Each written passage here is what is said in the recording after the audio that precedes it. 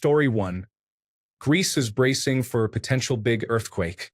Over the last few weeks, there has been a gigantic swarm in the stretch of sea northeast of the island of Santorini, a popular tourist spot. Santorini and a couple of other islands have been fully evacuated already. The region is expecting either a large earthquake at any time now or an undersea volcano named Colombo to erupt. One of the two or both. Story 2. Some fish managed to shut down a nuclear reactor here in Ontario, Canada. Story 3. The Pope has been hospitalized after meeting the Prime Minister of my country.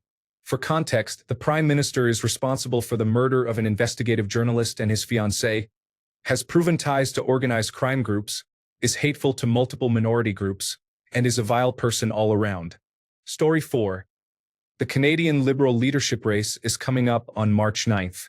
Mark Carney, an economist who previously served as the head of the Bank of Canada during the 2008 recession and the head of the Bank of England during Brexit, is the current frontrunner.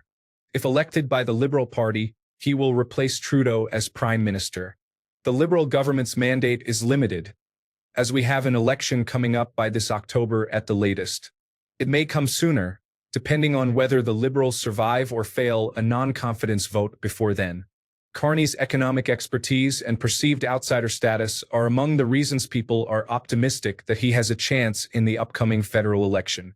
Critics point out that while he might be a good choice given the uncertain times ahead, he is far more likely to benefit the billionaire class than the average Canadian. Personally, I'm cautiously optimistic. I'm not happy about the idea of a conservative government under Poilievre, as he seems far too friendly toward American interests at a time when we need to be united against foreign threats. What's interesting is that just 2 months ago, Poilievre was almost guaranteed a majority government. The announcement of Trudeau's resignation and the subsequent leadership race has completely changed the national discussion. Story 5. Mass protests in Serbia against the corrupt government. It all started when the roof of the newly reconstructed railway station collapsed and killed 15 people. The government still refuses to provide the documents about the reconstruction. Story 6. My top 3 topics. Snow, lots of it. My co-worker's disabled 27-year-old daughter died yesterday. Obviously very sad, but on the other hand, her doctors only expected her to live until she was 12. My dad's friend died a couple of weeks back in Florida.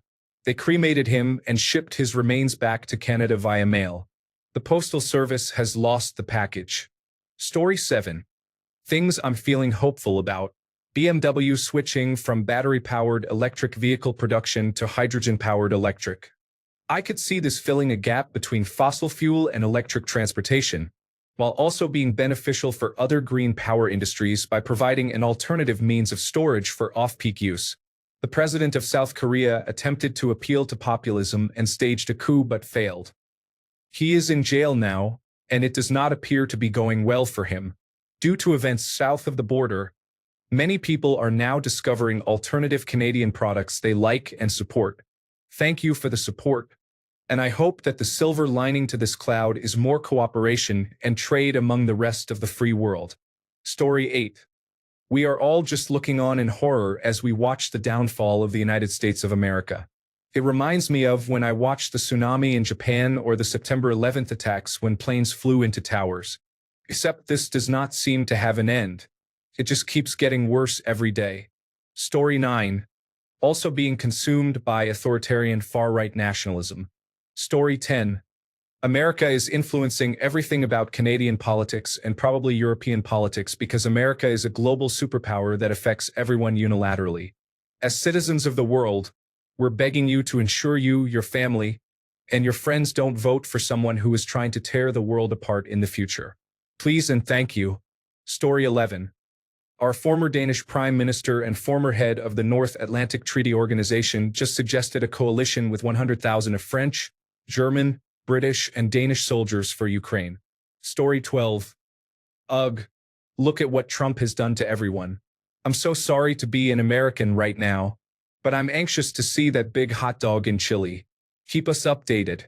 Story 13. Fentale volcano in Africa just had a 6.0 earthquake today. It has been getting more and more active recently, and there is some suspicion that a massive explosion could be on the way.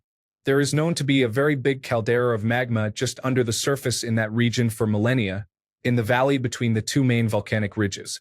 Volcanic activity across the globe has seen a major uptick overall recently, with some previously dormant volcanoes reawakening. I'm not completely sure about this last part, but I think Fentail was one of those dormant ones. Story 14, UAP sightings are happening worldwide. The Fort Lauderdale flight crew saw a strange, unidentified aerial phenomenon sighting that was performing unusual maneuvers, and they captured it on video. Story 15. Well, over here in Canada, we're scrambling to find new, reliable trading partners for the majority of our imports and exports. We're also trying to figure out what we're going to do if there's a military invasion from our closest friends and allies.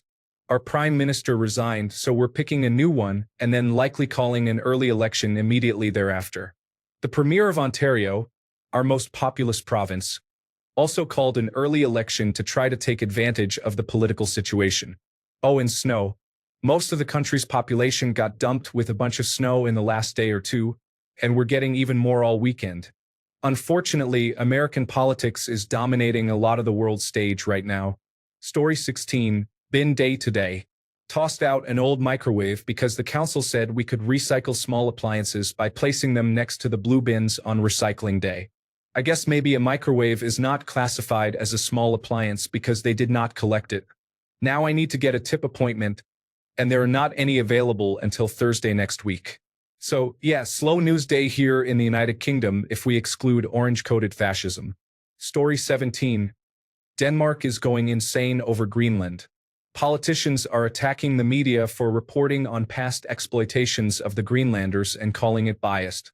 Meanwhile, it seems that the politicians on Greenland are buying into Trump's nonsense and are going to let him destroy the country with mining and drilling. At least we are not turning far-right anytime soon, because people are very angry at Trump and Musk. Story 18. Well, here in Australia we are gearing up for a general election.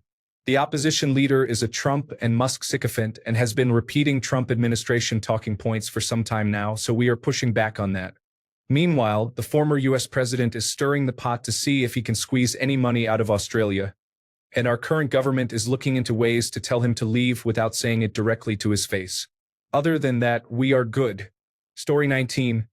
Australia is generally about 5 years or so behind the United States when it comes to politics, so we're watching closely to see how things are going over there to see what we'll be heading into.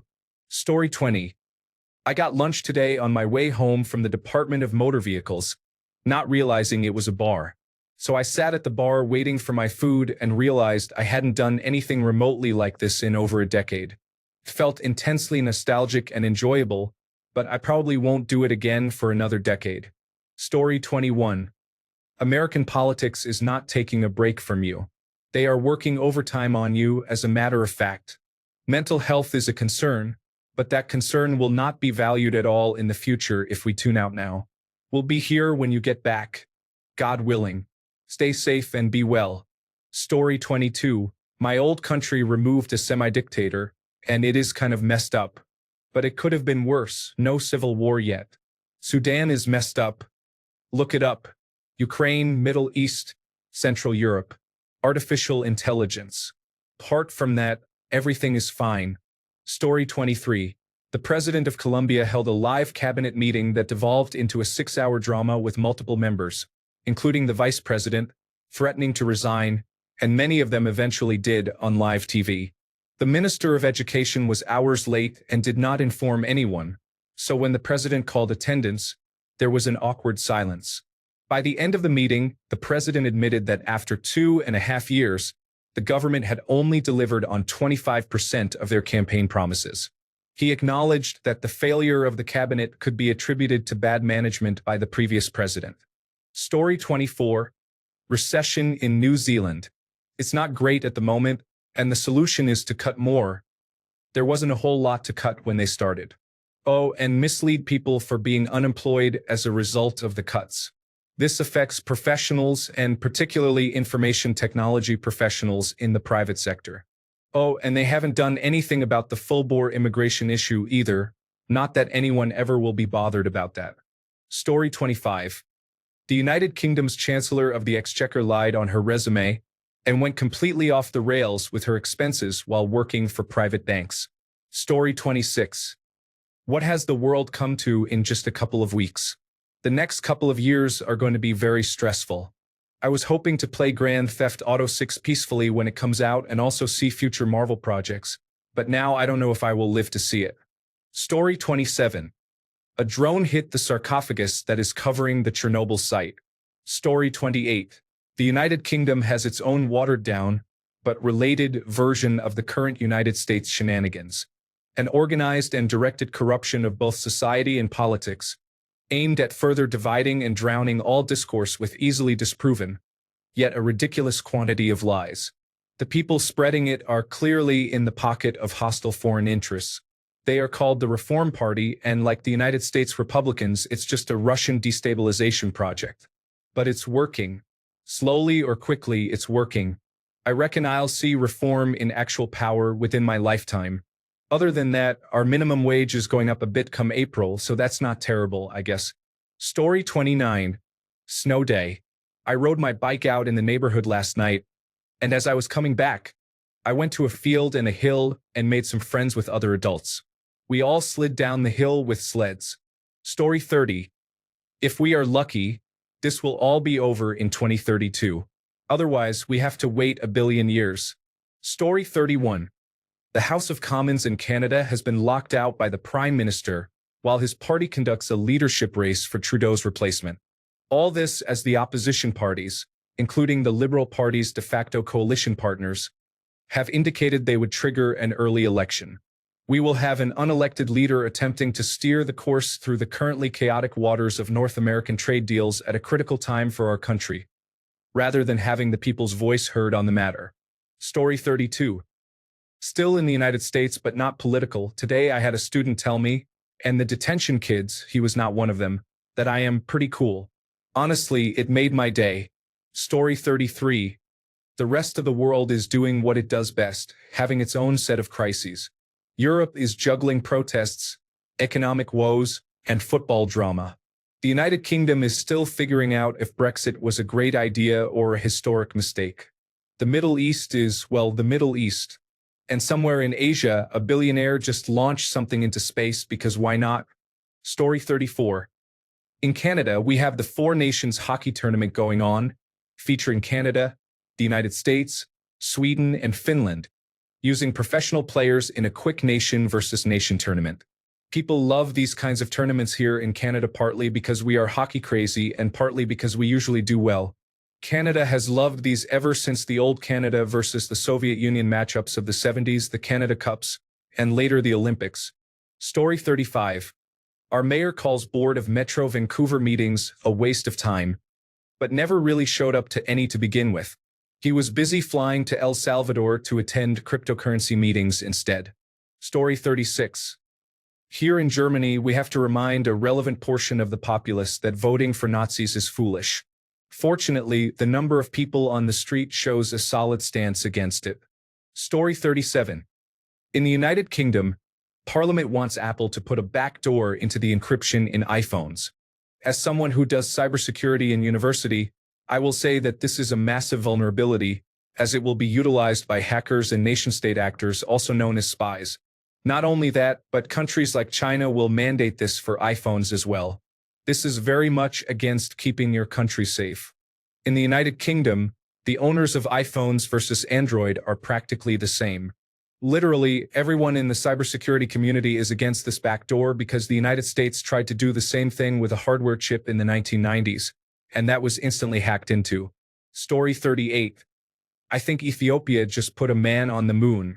Or maybe Denny's is serving moons over Miami for a limited time that has nothing to do with Ethiopia at all.